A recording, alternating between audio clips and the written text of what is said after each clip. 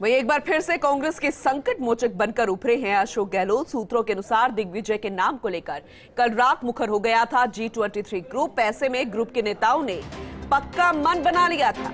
दिग्विजय के विरोध में अपना कैंडिडेट उतारने का मन था, लेकिन इस बीच गांधी परिवार के पुराने विश्वस्त गहलोत ने कमान को संभाला और देर रात आनंद शर्मा के साथ अशोक गहलोत ने लंबी चर्चा की। इस मुलाकात के बाद सुबह तक निकल आया बीच का रास्ता।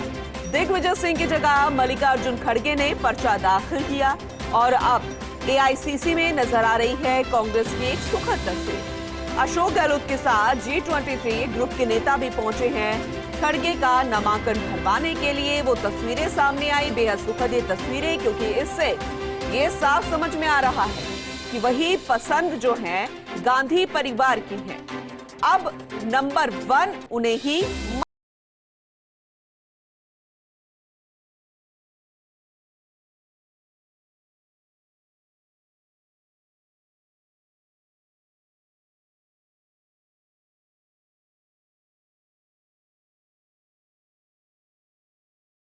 हमारे साथ कंसल्टिंग एडिटर अमित मिश्रा जी जुड़ गए हैं, उनका रुख करेंगे।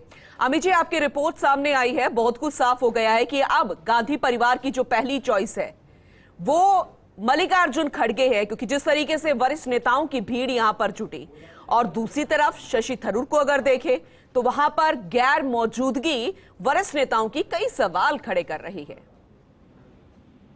बिल्कुल, देखिए मल्लिकार्जुन खड़गे जो हैं अब वो एक तरह से कांग्रेस अध्यक्ष बनने जा रहे हैं, क्योंकि जिस तरह से प्रस्तावक उनके साथ जुड़े थे, जो प्रस्तावक थे, और वो प्रस्तावक उन्होंने साफ ये बताने की कोशिश की कि गांधी परिवार का के बाद अगर अगला कोई बॉस होगा तो वो खड़गे होंगे, क्योंकि जिस तरह से G23 कहें या जो भी लोग कहें आप, उनका जो नुमाइंदा था वो नुमाइंदा पूरी तरीके से खड़गे के पक्ष में नजर आए। भूपेंद्र सिंह हुड्डा, AK एंटनी, मनीष तिवारी, अशोक गहलोत खुद, तो ये तमाम जो गांधी परिवार के लॉयलिस्ट हैं और वो एक चीज मानते हैं कि हाँ, गांधी परिवार के इतर कोई अध्यक्ष पद पर अपनी पैठ जमाता है, अपना कब्जा करता है, तो वो खड़गे ही उसके लिए मुफीद माने जा रहे हैं। खड़गे को एक संगठन का अनुभव है। खड़गे के पास खड़गे अभी फिलहाल राज्यसभा में विपक्ष के नेता हैं, तो विपक्षी दलों से भी खड़गे की बातचीत होती है और काफी मुखर है वो, प्रधानमंत्री मोदी को घेरने का कोई कसर नहीं छोड़ते।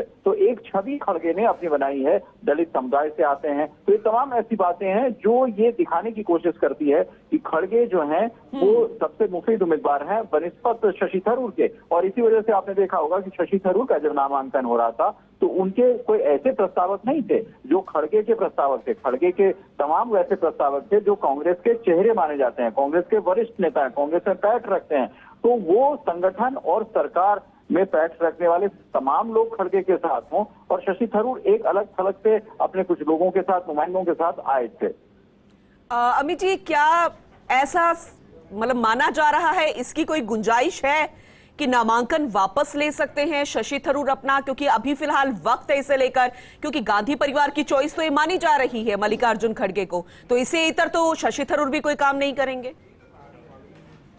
मुझे लगता नहीं है कि शशि थरूर के, जिस तरह से शशि थरूर ने मजरू सुल्तानपुरी का एक शेर पढ़ा, उसके बाद वो अपना कह रहे हैं कि लोग मिलते गए और कारवां बढ़ता गया, मैं तो अकेला ही चला था जानिबे मंजिल। तो ऐसी बात शशि थरूर अगर कह रहे हैं, और शशि थरूर को जहां तक मैं जानता हूँ वो कमिटमेंट के पक्के हैं, कमिटेड हैं। आप देखें कि इतने नाम बदले गए, इतने नाम नए आए, दिग्विजय सिंह का नाम आया, मनीष तिवारी का नाम आया, अशोक गहलोत आए चुनाव के लिए, फिर उन्होंने मना किया। लेकिन शशि थरूर की तरफ से जो पहले दिन से उन्होंने फॉर्म लिया था वो कॉन्सेंट्रेट रहे, अडिग रहे कि वो चुनाव लड़ेंगे। और आज जब नामांकन उनकी तरफ से हुआ तो ये साफ ये दर्शाता है कि वो एक कमिटमेंट के पक्के आदमी हैं। उन्होंने जो प्रेस कॉन्फ्रेंस दी थी, उस प्रेस कॉन्फ्रेंस में ऑर्गेनाइजेशन की बात की, वो बेबाक हैं। इसी वजह से उन्हें G23 की तरफ से जब पत्र लिखा गया तो उस पर उन्होंने सहमति की, दस्तखत किए थे। और उसके बाद के तमाम घटनाक्रम जो है वो शशि थरूर ने वो बताने की कोशिश की कि वो एक आवाज बन सकते हैं कांग्रेस में अलग।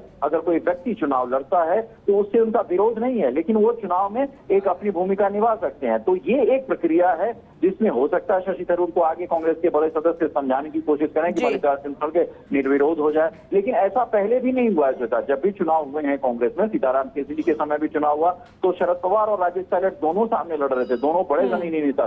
और उन नेताओं को हार का सामना करना पड़ा था। तो उसके बाद सोनिया गांधी लड़ी जितिन प्रसाद के सामने, तो वहां भी चुनाव हुए। कोई बिल्कुल, और जिस तरीके से वो अपना घोषणा पत्र लिखकर आए थे और जिस तरीके से मैनिफेस्टो की वो पूरी जानकारी दे रहे थे, तो इसकी गुंजाइश थोड़ी कमी लग रही है। आप बिल्कुल सही कह रहे हैं। अच्छा, एक सवाल और है सर, कि एक नाम अब एक बार फिर से चर्चाओं में है, जिसका नाम कल तक चर्चाओं में था, वो मुद्दा दूसरा था। अशोक गहलोत की मैं बात कर रही हूं, और आज जब उनका नाम चर्चाओं में है तो संकट मोचक की भूमिका के तौर पर उनका नाम नजर आ रहा है। यानी एक बार फिर से गांधी परिवार की तरफ उनकी लॉयल्टी नजर आई, क्योंकि कहा जा रहा है कि उन्होंने ये सॉल्यूशन निकाला है। तो क्या उनकी इमेज अचानक से एक बार फिर से बदल गई है? मैंने कल भी आपसे बातचीत में बताया और तमाम जो हमारी खबरें रही उसमें मैंने ये बताने की कोशिश की थी कि अशोक गहलोत का जो कद है वो तमाम राजनेताओं में ऊपर है। वो गांधी परिवार के ही सिर्फ नहीं लॉयलिस्ट हैं, बल्कि जो कांग्रेस के बड़े लोग हैं, बड़े नेता हैं, क्षेत्रीय छत्रप हैं, उन सबसे अशोक गहलोत की व्यक्तिगत दोस्ती है, व्यक्तिगत संबंध है।